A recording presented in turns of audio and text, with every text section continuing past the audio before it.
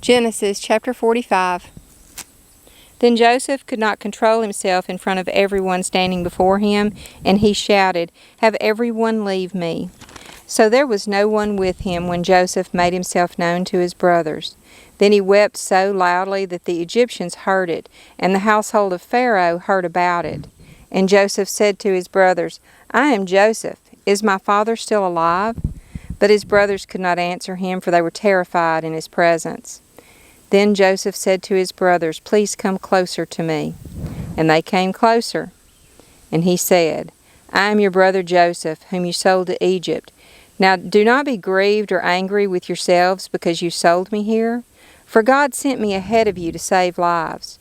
For the famine has been in the land these 2 years, and there are still 5 years in which there will be neither plowing nor harvesting. So God sent me ahead of you to ensure for you a remnant on the earth, to keep you alive by a great deliverance. Now, therefore, it was not you who sent me here, but God. And he has made me a father to Pharaoh, and a lord of all his household, and a ruler over all the land of Egypt. Hurry, and go up to my father and say to him, 'This is what your son Joseph says. God has made me lord of all Egypt. Come down to me, do not delay. For you shall live in the land of Goshen, and you shall be near me, and your children and your grandchildren and your flocks and your herds and all that you have. There I will also provide for you, for there are still 5 years of famine to come, and you and your household and all that you have would be impoverished. Behold, your eyes see, and the eyes of my brother Benjamin see, that it is my mouth which is speaking to you. Now you must tell my father all of my splendor in Egypt, and all that you have seen, and you must hurry and bring my father down here." Then he fell on his brother Benjamin's neck and wept, and Benjamin wept on his neck. And he kissed all his brothers and wept on them, and afterwards his brothers talked with him. Now when the news was heard in Pharaoh's house that Joseph's brothers had come, it pleased Pharaoh and his servants.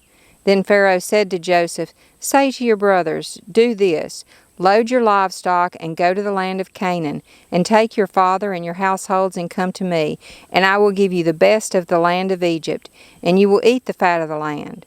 Now you are ordered, do this, take wagons from the land of Egypt for your little ones and for your wives, and bring your father and come.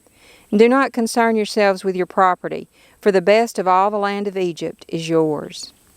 Then the sons of Israel did so, and Joseph gave them wagons according to the command of Pharaoh, and gave them provisions for the journey.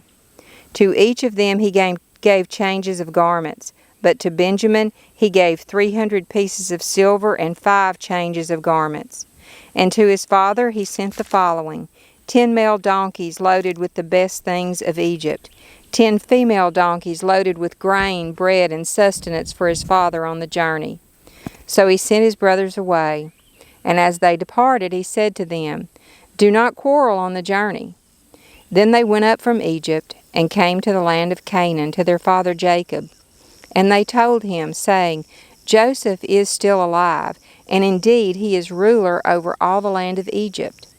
But he was stunned, for he did not believe them. When they told him all the words of Joseph that he had spoken to them, and when he saw the wagons that Joseph had sent to carry him, then the spirit of their father Jacob revived. Then Israel said, "It is enough.